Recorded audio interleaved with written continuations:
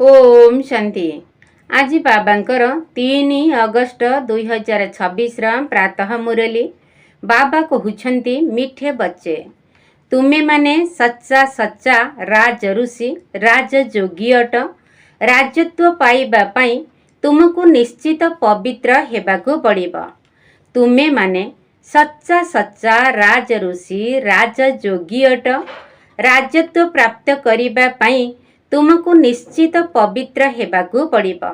प्रश्न, केउ कथा प्रति ध्यान देले राजत्व पाइबा पाई योग्य होई परिबो? केउ कथा प्रति ध्यान देले राजत्व पाइबा पाई योग्य होई परिबो? उत्तर, जदि पाठ पढ़ा प्रति पूरा पूरा ध्यान अछि तेबे राजत्व प्राप्त होई परिबो। बाबा जहा शुणाउछंती ताकू भल भावरे शुणी धारण कर। बाबा शुणाइले एवं पिला माने शुणिले तेबे राजत्व मिली जिवो।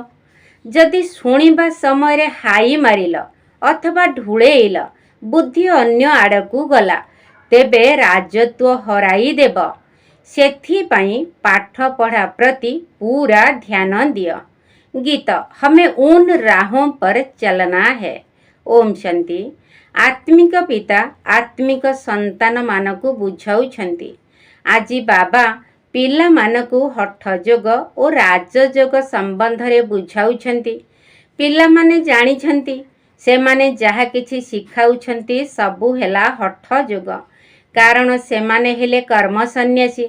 वास्तव रे गृहस्थी मानकू हठ जोग कर्म सन्यास शिखिबार आवश्यकता नहीं। ताहा तो हेउछि ही निवृत्ति मार्ग। सेही धर्म ही अलगा। तुमर धर्म हेउछि देवी देवता धर्म। जो देवी देवता माने राजयोग द्वारा ही राज्य पाइथिले, एबे तुमे राज ऋषि अट।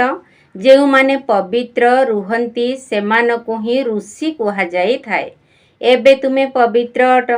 जदि पवित्र न रहुथिबे तेबे तांकु ऋषि बोली कुहा जीव नाही।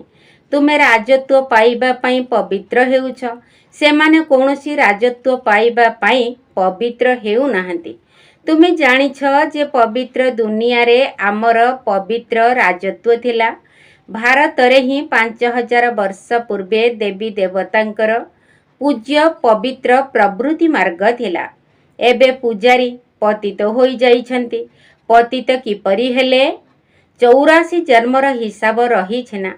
बाबा जी की सहज राजयोग शिखाउछंती, सीए तुमको 84 जन्मर हिसाब बताउछंती। अन्य धर्म को सन्यास धर्मावलंबी माने किपरि जानिबे?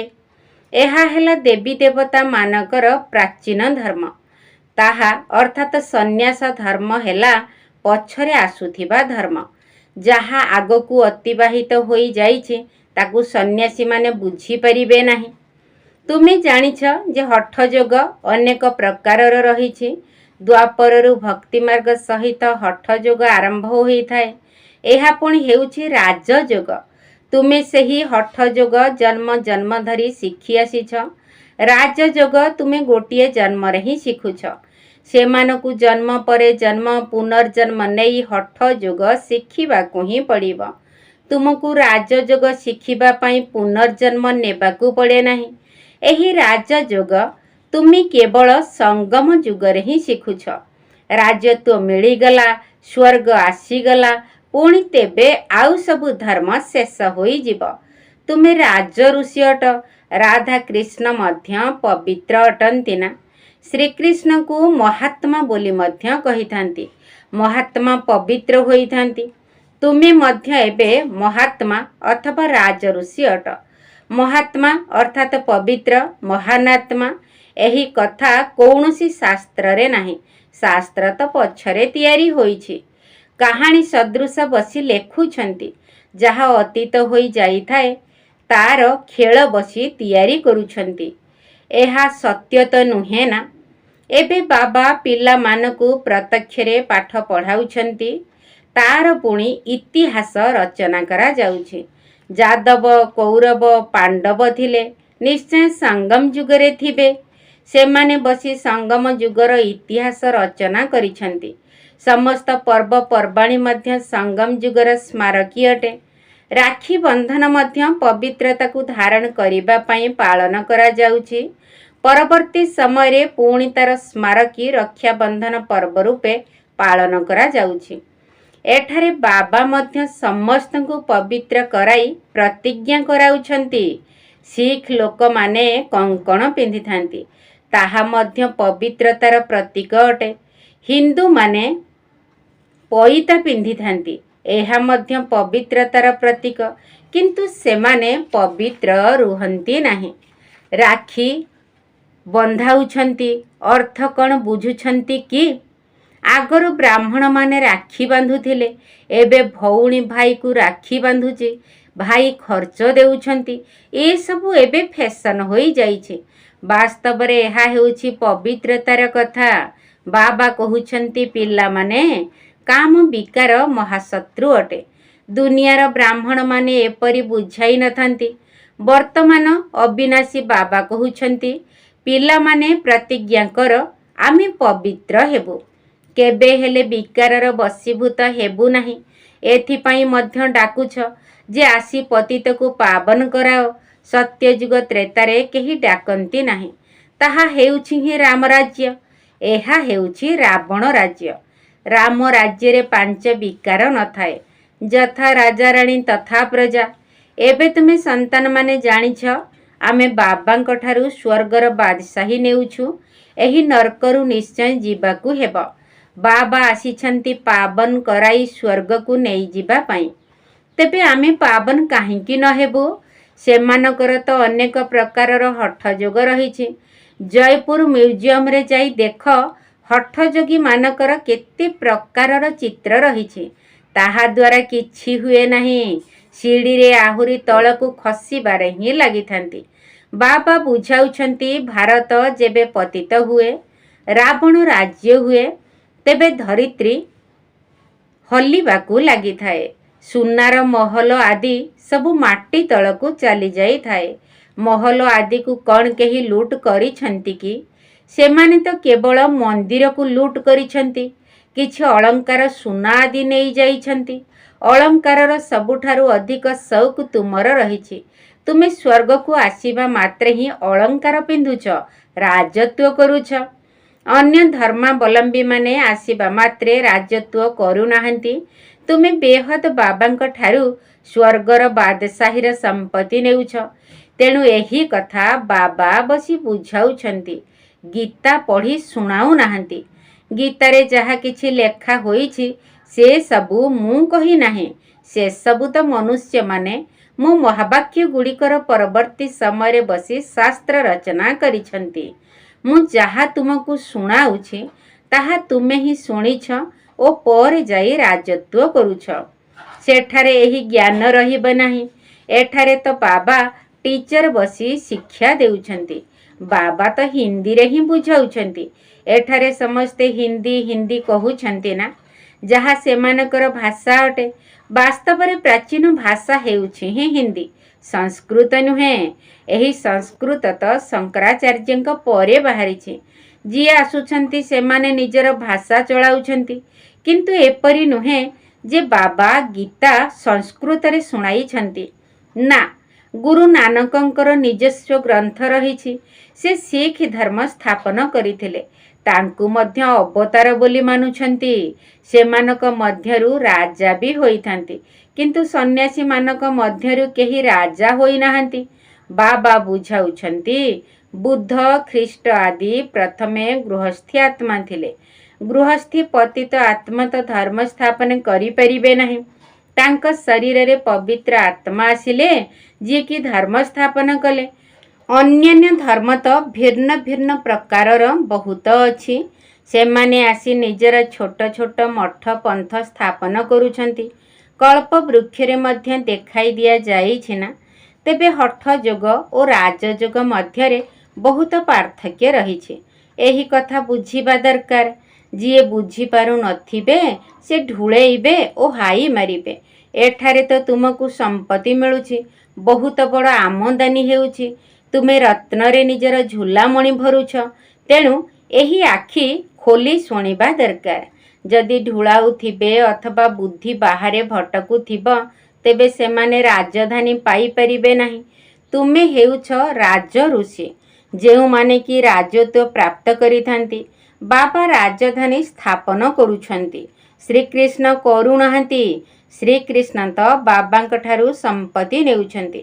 ବାସ୍ତବରେ ତୁମର ବାବା ହେଉଛନ୍ତି ନିରାକାର, ଯାହାଙ୍କ ଠାରୁ ତୁମେ ବିଶ୍ୱର ବାଦଶାହୀର ସମ୍ପତ୍ତି ନେଉଛ। ତୁମେ କେତେ ସାହୁକାର ହେଉଛ। ଏଠାରେ ଏକମାତ୍ର ବାବା ହିଁ ଆସି ରାଜଯୋଗ ଶିଖାଉଛନ୍ତି। ତାହା ପୁଣି ଚାଲି ବୁଲି ଖାଇ ପିଇ କେବଳ ବାବାଙ୍କୁ ମନେ ପକାଉଛ। ସାହୁକାରମାନେ ନିଶ୍ଚୟ ଭଲ ଭାବରେ ଖାଇବେ। ସେ ତ ନିଜ ରୋଜଗାରର ଫଳ ଖାଇଥାନ୍ତି। ମାଲପୁଆ ଖାଅ ଅଥବା ରୋଟି ଖାଅ, ବାବାଙ୍କୁ ମନେ ପକାଅ। ଭଲ ଯାହା ଅଛି ଖାଅ। ତେବେ ପଇସା କ'ଣ ପାଇଁ ଅଛି? ବାବା କୌଣସି କଥାକୁ ମନା କରୁନାହାନ୍ତି। କେବଳ ବାବାଙ୍କ ସହିତ ଯୋଗ ଲଗାଇବାକୁ ହେବ। ଏହି ରାଜତ୍ୱ ସ୍ଥାପନ କରିବାରେ କୌଣସି ଖର୍ଚ୍ଚ ହେଉନାହିଁ। ଦୁନିଆର ଲଢ଼େଇ ଆଦିରେ କେତେ ଖର୍ଚ୍ଚ ହେଉଛି। ଉଡ଼ାଜାହାଜ ବାବଦରେ କେତେ ଖର୍ଚ୍ଚ ହେଉଛି। ଉଡ଼ାଜାହାଜ ତଳକୁ ଖସି ପଡ଼ିଲେ ଏକଦମ୍ ଶେଷ ହୋଇଯାଉଛି, କେତେ କ୍ଷତି ହୋଇଯାଉଛି। ତେଣୁ ବାବା କହୁଛନ୍ତି, ଚାଲି ବୁଲି ବାବାଙ୍କୁ ମନେ ପକାଅ। ସ୍ୱଦର୍ଶନ ଚକ୍ର ବୁଦ୍ଧିରେ ଘୁରାଉଥାଅ। ଆମେ 84 ଜନ୍ମ ପୂରା କରିଛୁ, ଏବେ ଘରକୁ ଯାଉଛୁ। ଘରକୁ ଯାଇ ପୁଣି ସ୍ୱର୍ଗକୁ ଆସି ରାଜ୍ୟ କରିବୁ। ତୁମେ ହେଲ ଅଭିନେତା ନା? ଦୁନିଆରେ ବାଇସ୍କୋପ ଅଥବା ସିନେମା ତ 2-2.5 ଘଣ୍ଟା ଚାଲିଥାଏ। ଏହି ଅବିନାଶୀ ନାଟକ 5000 ବର୍ଷ ଚାଲୁଛି। ଏହାକୁ ମନୁଷ୍ୟମାନେ ହିଁ ଜାଣିପାରିବେ। ଏହି ଦୁନିଆ ହେଉଛି କଣ୍ଟାର ଜଙ୍ଗଲ। ବିକାର ହେଉଛି ସବୁଠାରୁ ବଡ଼ କଣ୍ଟା, ଯାହା ଆଦି ମଧ୍ୟ ଅନ୍ତ ଦୁଃଖ ଦେଇଥାଏ। ଦ୍ୱିତୀୟ ନମ୍ବରର କଣ୍ଟା ହେଉଛି କ୍ରୋଧ। ତାର ଚିହ୍ନ ଏହି ମହାଭାରତ ଲଢ଼େଇ ଦେଖ। କୌଣସି କଥାରେ ରାଗ ଆସିଗଲା ତ ତୁରନ୍ତ ବମ୍ ପକାଇବା ଆରମ୍ଭ କରିଦେବେ। ବର୍ତ୍ତମାନ ତ ଏପରି ବମ୍ ସବୁ ତିଆରି କରିଛନ୍ତି ଯେ ସେ କଥା ନ କହିଲେ ଭଲ। ସତ୍ୟ ଯୁଗରେ କୌଣସି ଲଢ଼େଇ ଆଦି ହୁଏ ନାହିଁ। ସଙ୍ଗମ ଯୁଗରେ ହିଁ ଏହି ମହାଭାରତ ଲଢ଼େଇ ଦେଖାଇଛନ୍ତି। ଅନ୍ୟ କୌଣସି ଶାସ୍ତ୍ରରେ ଲଢ଼େଇର କଥା ହିଁ ନାହିଁ। ସେଠାରେ ଅର୍ଥାତ୍ ସ୍ୱର୍ଗରେ ତ ତୁମେ ସାରା ବିଶ୍ୱର ମାଲିକ ହେଉଛ। ସେଠାରେ ଲଢ଼େଇ ହେବ ନାହିଁ। ଶାସ୍ତ୍ରରେ ଅସୁର ଏବଂ ଦେବତାଙ୍କର ଲଢ଼େଇ ଦେଖାଇଛନ୍ତି, କିନ୍ତୁ ଦେବତାମାନେ ହେଉଛନ୍ତି ଅହିଂସକ। ତୁମେ ଯୋଗ ବଳ ଦ୍ୱାରା ବିଶ୍ୱର ମାଲିକ ହେଉଛ। ଏହା ହେଉଛି ସାଇଲେନ୍ସ ବଳ। ଏଥିରେ ତୁମର କିଛି କହିବାର ଆବଶ୍ୟକତା ନାହିଁ। ୟାଦ୍ର ବଳ ଦ୍ୱାରା ତୁମେ ବାବାଙ୍କ ଠାରୁ ବିଶ୍ୱର ବାଦଶାହୀ ନେଉଛ। ଫରକ ଦେଖ କେତେ ରହିଛି। ବିଜ୍ଞାନର ବଳ ଦ୍ୱାରା ବିନାଶ ହୋଇଥାଏ। ଏହି ବିଜ୍ଞାନ ଦ୍ୱାରା ହିଁ ସତ୍ୟ ଯୁଗରେ ପୁଣି ତୁମେ ସୁଖ ଦେଖିବ। ବିଜ୍ଞାନ ଦ୍ୱାରା ଯାହା କିଛି ଉଦ୍ଭାବନ କରୁଛନ୍ତି ତାହା ତ ସୁଖ ପାଇଁ କରୁଛନ୍ତି। ଏମାନେ ମଧ୍ୟ ଆସି ଅଳ୍ପ କିଛି ଜ୍ଞାନ ଦେବେ। ପ୍ରଦର୍ଶନୀକୁ ତ ସମସ୍ତେ ଆସୁଛନ୍ତି, ନିକଟ ଭବିଷ୍ୟତରେ ସମସ୍ତେ ଆସିବେ। ତୁମର ଏହି ସାଇଲେନ୍ସ ବା ଶାନ୍ତିର ଶକ୍ତିର ପ୍ରଭାବ ବାହାରିବ। ତୁମେ ପ୍ରଶ୍ନ ପଚାରୁଛ, ଗୀତାର ଭଗବାନ କିଏ? ଏପରି ପ୍ରଶ୍ନ କେହି ପଚାରି ପାରିବେ ନାହିଁ। ଯେଉଁଠି ଏହି ପ୍ରଶ୍ନ ଲେଖୁଛ, ତେବେ ତା ସାଥିରେ ଚିତ୍ର ମଧ୍ୟ ଦିଅ। ଗୀତାର ଭଗବାନ ପରମ ପିତା ପରମାତ୍ମା ଅଟନ୍ତି ନା ଶ୍ରୀକୃଷ୍ଣ, ଯିଏକି ପୁରା 84 ଜନ୍ମ ନେଉଛନ୍ତି? ପତିତରୁ ପାବନ ବାବା ହିଁ ତ କରାଇଥାନ୍ତି। କୃଷ୍ଣଙ୍କ ଆତ୍ମା ତ 84 ଜନ୍ମ ନେଇ ଶ୍ୟାମଳ ହୋଇଛନ୍ତି। ତାଙ୍କୁ ବାବା ବସି ବୁଝାଉଛନ୍ତି, ତୁମେ 84 ଜନ୍ମ ନେଉଛ, ତୁମେ ନିଜର ଜନ୍ମଗୁଡ଼ିକୁ ଜାଣିନାହଁ। ଅଭିନେତା ଜାଣିବା ଦରକାର ଯେ ମୁଁ କିପରି 84 ଜନ୍ମ ନେଉଛି। ସନ୍ନ୍ୟାସୀମାନଙ୍କର ଧର୍ମ ହିଁ ଅଲଗା। ଭାରତବାସୀମାନଙ୍କୁ ନିଜର ଧର୍ମ ବିଷୟରେ ଜଣା ନଥିବା ଯୋଗୁଁ ଅନ୍ୟାନ୍ୟ ଧର୍ମକୁ ଚାଲି ଯାଉଛନ୍ତି। ଯଦି କୌଣସି ଗୁରୁଙ୍କ ଆଶୀର୍ବାଦରୁ କାହାକୁ ଧନ ମିଳିଗଲା, ତେବେ ତାଙ୍କ ପଛରେ ପଡ଼ିଯାଇଥାନ୍ତି। ପରେ ଯଦି ଦେବାଳିଆ ହୋଇଗଲେ, ତେବେ କହିବେ ପ୍ରଭୁଙ୍କର ଇଚ୍ଛା। ସନ୍ତାନ ଜନ୍ମ ହେଲେ ବହୁତ ଖୁସି ହୋଇଥାନ୍ତି। ଆଉ 10-12 ଦିନ ପରେ ପିଲା ଯଦି ମରିଗଲା, ତେବେ କହିବେ ଈଶ୍ୱରଙ୍କ ଭାବି ତାକୁ ବଞ୍ଚାଇବା ଆମ ହାତରେ ନାହିଁ। ବାବା ଏହିପରି ଉଦାହରଣ ବହୁତ ଦେଖିଛନ୍ତି। ଏଭଳି ବହୁତ ହୋଇଥାଏ। ଏଠାରେ ତ ବାବା ବସିଛନ୍ତି। ବାବା ପିଲାମାନଙ୍କୁ ବୁଝାଉଛନ୍ତି, ମିଠା ମିଠା ସନ୍ତାନମାନେ ପାବନ ହୁଅ। ମନେ ଅଛି जेबे महाभारी महाभारत लड़े लगी सेतेबेले द्रौपदी डाकी थिले, बाबा मोते ही दुशासन उल्लग्न करुछि, मोते एहा पाखरु बंचाओ। एहा 5000 वर्षर कथा। एही विष पाई ही अबला मानक उपरे अत्याचार होइथाए। केतेक स्त्री मध्य एपरि अछंती जेउमाने विष बिना रही पारंती नाही। सेमानकर नाम मध्य रखा जाइछि शूर्पणखा पूतना। जेउमाने विष पाई हैरान करुछंती सेमाने हेले कंस, जरासंध, शिशुपाल। एमानकर निश्चय विनाश हेब। एही समय आसुरी रावण राज्य चलिछि, पुणी हेब ईश्वरीय राज्य।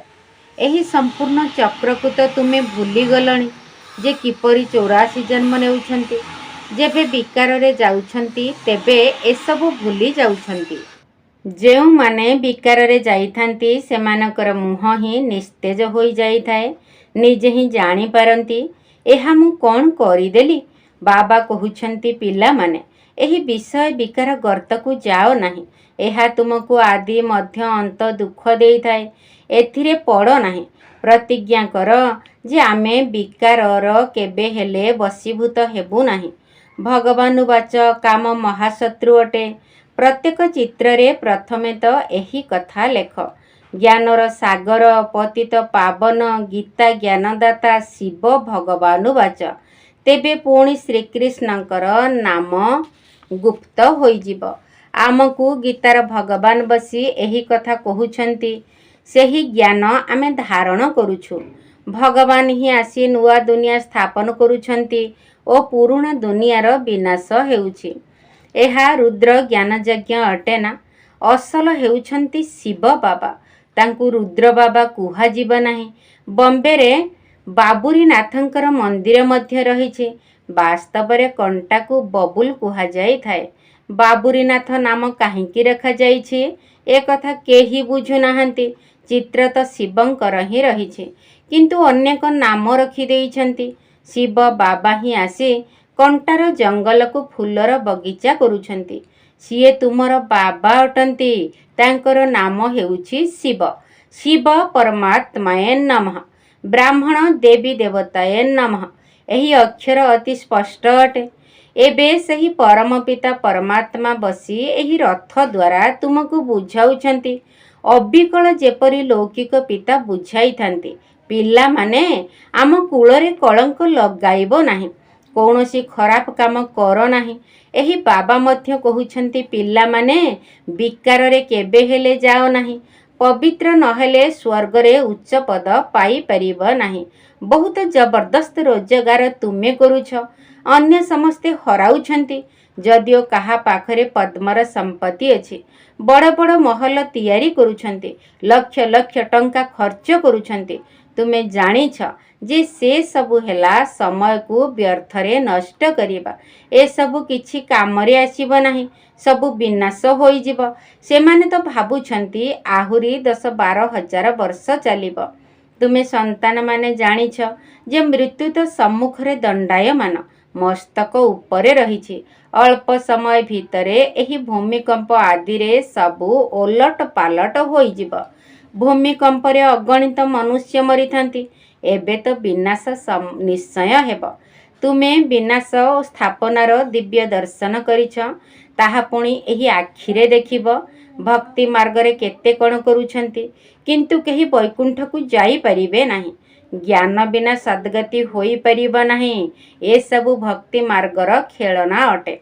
अच्छा मीठा मीठा सिकिल दे संतान मानक प्रति माता पिता बाप दादांकर मधुर स्नेह संपन्न स्मृति एवं सुप्रभात। आत्मिक पितांकर आत्मिक संतान मानकु नमस्ते। आम आत्मिक संतान मानकर आत्मिक बाप दादांकु नमस्ते नमस्ते नमस्ते एवं सुप्रभात। धारणा पाई मुख्य सार प्रथम पॉइंट। कूल कलंकित करुथिबा कौनसी खराब काम करिवार नाही। पवित्र हेबा पाई निजे निज सहित प्रतिज्ञा करिबाकु हेब। कूल कलंकित करुथिबा कौनसी खराब काम करिवार नाही। पवित्र हेबा पाई निजे निज सहित प्रतिज्ञा करिबाकु हेब। द्वितीय पॉइंट। एबे निजर समय एवं धन को नष्ट करिवार नाही। फूलर बगीचा को जीवा पाई निज भितरु कंटा सबु बाहर करी देबाकू हेबा। एबे निजर समय एवं धन को नष्ट करिवार नाही। फूलर बगीचा को जीवा पाई निज भितरु कंटा सबु बाहर करी देबाकू हेबा।